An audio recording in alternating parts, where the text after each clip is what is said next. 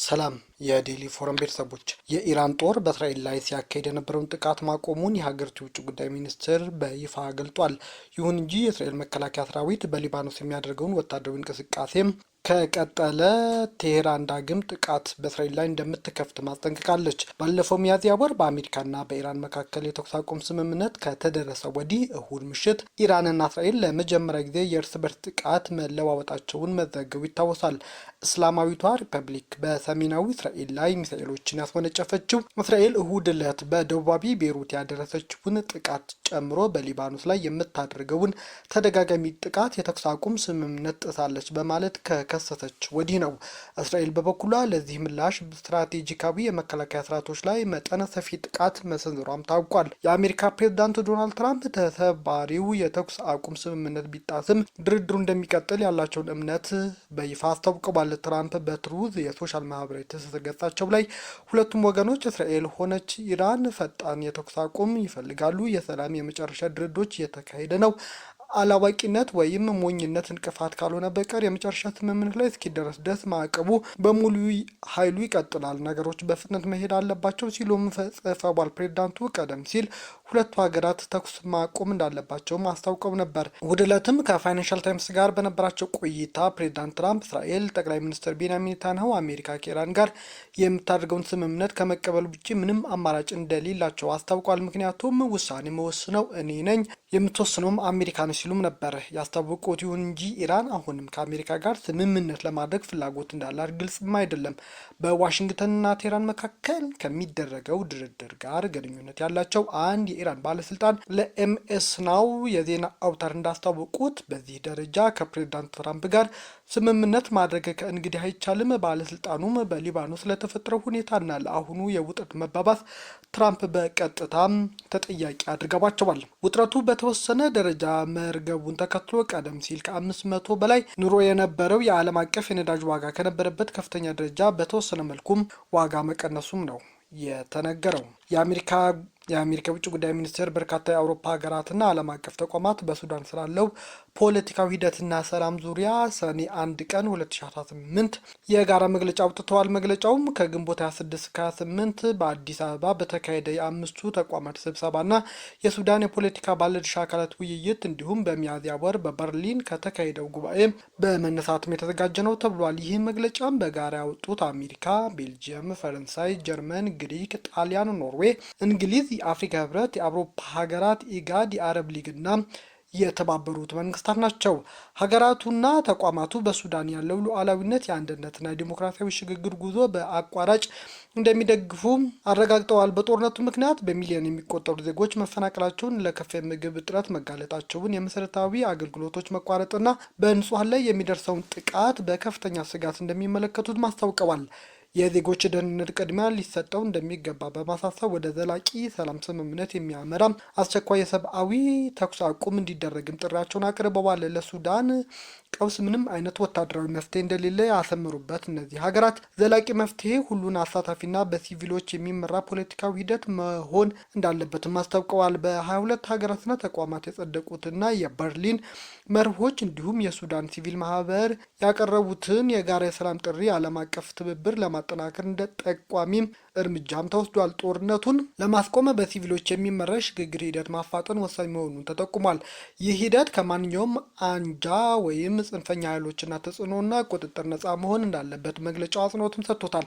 የሽግግር ሂደቱን ለማደናቀፍ በሚሞክሩ ማንኛውም አካላት ላይ ዓለም አቀፍ ማህበረሰብ ተገቢውን እርምጃ ማዕቀብን ጨምሮ ለመውሰድ እንደሚያስብበትም ጥብቅ ማስጠንቀቂያ ተሰጥቷል። የሱዳን ወደፊት የፖለቲካ ጣፈንታና አስተዳደር መወሰን ያለበት የሱዳን ሕዝብ ብቻ መሆኑንም ነው የጋራ መግለጫው አስታውቀው። ይህንንም የሰላምና ዲሞክራሲ ግብ ከዳር ለማድረስ በቀጣዮቹ ጥቂት ሳምንታት ውስጥ ሰፊና ሁሉን አሳታፊ የሆነ የሱዳን ሲቪሎች የውይይት መድረክ እንዲጀመር ዓለም አቀፍ ማህበረሰብ ሙሉ ድጋፍ እንዲሰጥም አሳውቋል።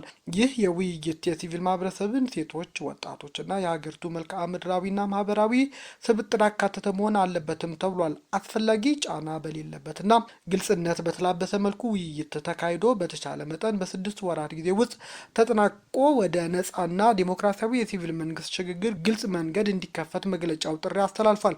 ጠንካራና ነጻ የሲቪል መንግስት መመስረት ጦርነት በዘላቂነት ለመቋጨት ወሳኝ መሆኑንም ሀገራቱና ተቋማቱ አረጋግጠዋል። የኤርትራ ፕሬዝዳንት ኢሳያስ አፈወርቂ ከግብጻቻቸው አብዱልፈታህ አልሲሲ ጋር በካይሮ ያደረጉት ሰፊ ውይይት በአፍሪካ ቀንድ ፖለቲካ ላይ አዲስ ዲፕሎማሲያዊና የደህንነት ትብብር አቅጣጫን እያመለከተ ነውም ተብሏል። የኤርትራው የማስታወቂያ ሚኒስትር የማነ ገብረ መስቀል በትዊተር ገጻቸው ላይ እንዳስታወቁት ከሆነ ሁለቱ መሪዎች በሁለትዮሽ በቀጠናውና ዓለም አቀፍ ጉዳዮች ላይ ሰፊ ውይይት አድርገዋል ብለዋል። በይፋዊ መግለጫቸው መሰረትም መሪዎቹ በባህር ሀብት፣ በወደብ መሰረተ ልማትና በባህር ትራንስፖርት ዘርፎች ላይ ተጨባጭ ፕሮግራሞች ለመጀመሪያ ከስምምነት ደርሰዋልም ብለዋል።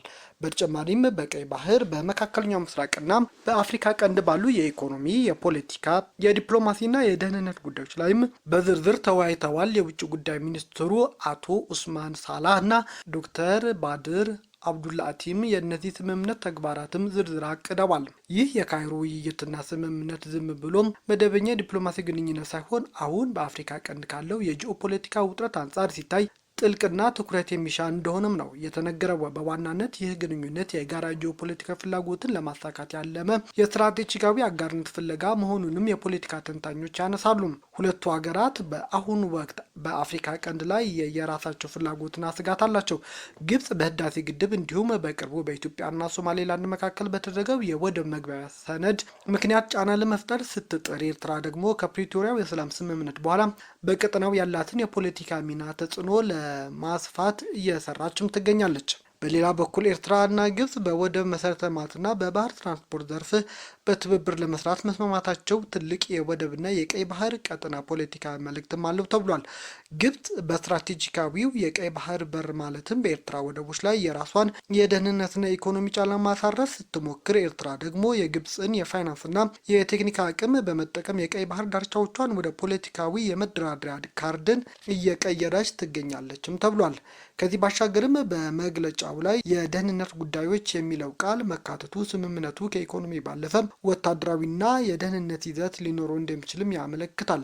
ግብጽ ከቅርብ ጊዜ ወዲህ በሶማሊያ እያደረገች ካለው ወታደራዊ ስምምነት ጎን ለጎን አሁን ደግሞ በኤርትራ በኩል መምጣቷ የአፍሪካ ቀንድ ይበልጥ ወደ ተወሳሰበ የውክልና የኃይል ፉክክር ሊያስገባው እንደሚችልም ስጋቶች እየተቀመጠ ነው። የኢሳያስ አፈወርቂና የአብዱልፈታህ አልሲሲ የካይሮ ውይይት የወደብና የባህር ሀብት ልማት የሚል ጥሩ የኢኮኖሚ ሽፋን ቢሰጠውም በውስጡ ግን በአፍሪካ ቀንድ የኃይል ሚዛን ለመቀየር አዳዲስ አጋሮችን ለመፍጠርና የጂኦፖለቲካው ጫናዎችን ለማሳደር የተደረገም ስልታዊ እርምጃ መሆኑንም ነው ተንታኞች እየተናገሩ ያሉት። የቻይናው መሪ ጂ ጂንፒንግ ሰሜን ኮሪያ ገብተዋል። ለቻይና መሪ ጂ ጂንፒንግ ሰሜን ኮሪያ መቆጣጠር የማትችል ወይም ልታጣ የማትችላቸው ጎረቤት ነች። ሁለቱ ሀገራት በተደጋጋሚ ወዳጅነታቸውን በደም የተመሰረተ ሲሉም የኮሪያ ጦርነትን በመጥቀስ ይናገራሉ። ይሁን እንጂ በቅርብ ዓመታት ወዲህ ግንኙነታቸው የመተማመን ችግር አጥቶታል። እናም ቤጂንግ ስልታዊ ወሳኝ እና ተገማች የሆነችውን አጋሯን ያላትን ግንኙነት ዳግም ለመቃኘት እየሞከረች ነው። ቻይና በድንበሯ መረጋጋትና ፒዮንግያንግ ደግሞ ተጽዕኖ ማሳደርም ትፈልጋለች።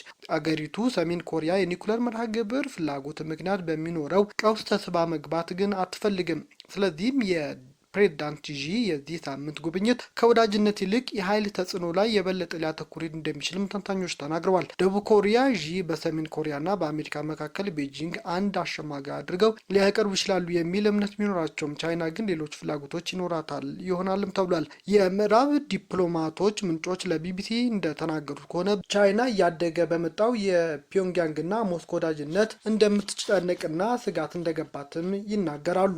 ከሳምንታት በፊት ዢ የሩሲያውን ፕሬዝዳንት ቭላዲሚር ፑቲንን ተቀብለው ካነጋገሩ በኋላ በተለይ ቤጂንግ በዓለም መድረኮች ያላትን ስፍራ እያደገ በመሆኑ የሰሜን ኮሪያው መሪ ኪም ጆንግ ኡን አደብ መግዛታቸው ማረጋገጥ ይሻሉ። ቤጂንግና ፒዮንግያንግ መካከል ያለው ግንኙነትን መቀዛቀዝ የተደበቀ ቢመስልም የተሰወረ አልነበረም። እንደ አውሮፓውያን አቆጣጠር በጥቅምት 24 75ኛ ዓመት ዲፕሎማቲክ ግንኙነት የመሰረቱበትን ዓመትም አላከበሩም። ለህዝብ ይፋ የሚሆን መልእክቶችንም እነዚህ ሀገራት አልተለዋወጡም። ከዚህ አንድ ወር ቀደም ብሎ የቻይና አምባሳደር የሰሜን ኮሪያ የምስረታ በዓል ላይ አልታደሙም። ከሞስኮ ጋር ከነበረው ሞቅ ያለ ግንኙነት አንጻር ባለፉት ዓመታት በከፍተኛ ባለስልጣናት ደረጃም ግንኙነት አልነበረም። ከሞስኮ ጋር እያደገ ያለው ቀረቤታ ቤጂንግ አልጣማትም። ሩሲያ ዩክሬን ላይ ወረራ ከከፈተች ወዲህ ሰሜን ኮሪያ ከፑቲን ጋር ወታደራዊ ትብብር አጠናክራለች። በ2024 እንደ አውሮፓውያን አቆጣጠር ፑቲን ፒዮንግያንግን ሲጎበኙ ሀገራቱ የጋራ መከላከያ ስምምነትም ተፈራርሟል። 2300 የሚሆኑ የሰሜን ኮሪያ ወታደሮችም ለሩሲያ ሲዋጉ በዩክሬን እንደተገደሉም የቢቢሲ ምርመራ አረጋግጧል። ፒዮንግያንግ ለሩሲያ ተተኳሾች በነዳጅና እርዳታ ለውጥ በማቅረብ የሞስኮ ጦርነትን እያገዘች ነው በሚል ትከሰሳለች። ይህም ዋሽንግተንና አጋሮቿን ሲያብሰለስልም ቻይናንም ጥያቄ ውስጥ ሳይከተት አይቀርም። የኒውክሌር ፖሊሲ ባለሙያ የሆኑት አንኪት ፓንዳ ቻይና በሞስኮና ፒዮንግያንግ በፍጥነት ግንኙነታቸው እያደገ ባለበት ወቅት ጥቅሞቻቸው መከበራቸው ማረጋገጥ ትፈልጋለች ይላሉ። ቻይና እንደ ይፋዊ የመከላከያ ስምምነት ብቻ ያላት ሲሆን ይህም ስምምነት ያሰረችው ከሰሜን ኮሪያ ጋር ነው። ስለዚህም ቤጂንግ ፒዮንግያንግ ላይ ሩሲያ ተጽዕኖ ፈጣሪ የምትሆንበት የቢሆን እይታ የማትቀበለው ነው ብለዋል። መተማመን ያልቻለው ጥገኛ ያልሆኑ ኪም ቻይናን የኃይል ተጽዕኖ ይቀንሳል ማለት ነው። ቤጂንግ ግንኙነቷን ለማደስ በሚመስል መልኩ ምላሽ ሰጥታለች። ባለፈው ዓመት ፕሬዝዳንት ኪም በቤጂንግ ወታደራዊ ትርኢት ላይ በመጋበዝ ከፑቲን ጎን እንዲቆሙ አድርገዋል። ሁለቱ ጎረቤቶች መሪዎች ከ6 ዓመት በኋላም በይፋ ሲገናኙ የመጀመሪያው ነበር። ይህ ሁለት አገራት መካከል ጎረቤቶች መልካም ወዳጅነትና አጋር እጣ ፈንታ ባለፈ መልካም ጓደኞች ሲሉም ያሞገሱ ሲሆን የቅርብ ስልታዊ ቅንጅት እንዲያደርጉም ጥሪ አቅርበዋል። በዚህም ይፋዊ መግለጫቸው ሳይጠቀስ የቀረው የሰሜን ኮሪያ የኒውክሌር ጦር መሳሪያ ነው። በሃርቫርድ ዩኒቨርሲቲ የእስያ ማዕከላት ተጋባዥ ባልደረባ የሆኑት ሊ ሲዮንግ ሃዩን ቤጂንግ በፒዮንግያንግ እና ሞስኮ እያደገ ያለው አጋርነት ዙሪያ የተደበላለቀ ስሜት ይሰማታል ብለዋል።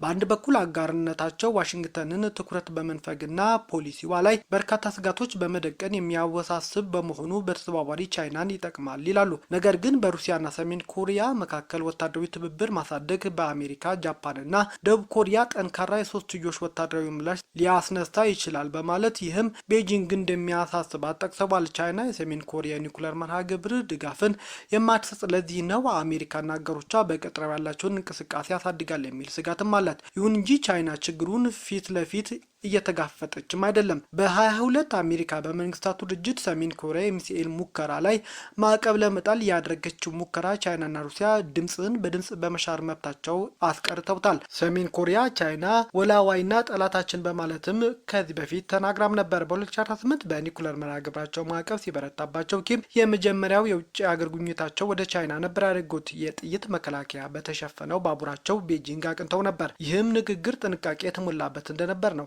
ተንታኞች የሚያሳውሱት። ኪም ከዚህ በኋላም የአሜሪካና ደቡብ ኮሪያ መሪዎች አግኝተዋል። ይህም ዘወትር በቻይና ምክር ላይ የተመሰረተ እንደሆነም ነው ተንታኞች የሚያስረዱት። መልእክቱ ግልጽ ነው። ፒዮንግያንግ ያለ ቤጂንግ ድጋፍ ድርድሩን አታደርግም ነበር ይላሉ። ዛሬ ሰሜን ኮሪያ ለቻይና ጋሻና ሸክም ሆና እያገለገለች ነው የሚሉት ተንታኞች የአሜሪካ ኃይሎች በርቀት የምትጠብቁ ቢሆንም የጦር መሳሪያ ሙከራዋ ግን ቀጠናውን አለመረጋጋት ውስጥ ከቶታል። ይህም በእንዲህ እንዳለ ኪም የቻይናን ከለላ ይሻሉ። ሁለቱ ወገኖች አንዳቸው በሌላቸው ላይ እምነት የላቸውም። ነገር ግን ለአሁኑ አንዳቸው ሌላቸውን እንደሚያስፈልጉና ለመነጋገርም በቂ ምክንያት እንዳላቸው ነው የሚነገረው። ቤተሰቦቻችን ዜናዎቻችን ከወደዳችሁ ላይክ አድርጉም፣ ለሌሎች ተደራሽ እንድንሆንም ሼር አድርጉ። አዲስ የሆናችሁ ደግሞ ሰብስክራይብ በማድረግ ቤተሰብ ይሁኑ። ሰናይ ጊዜ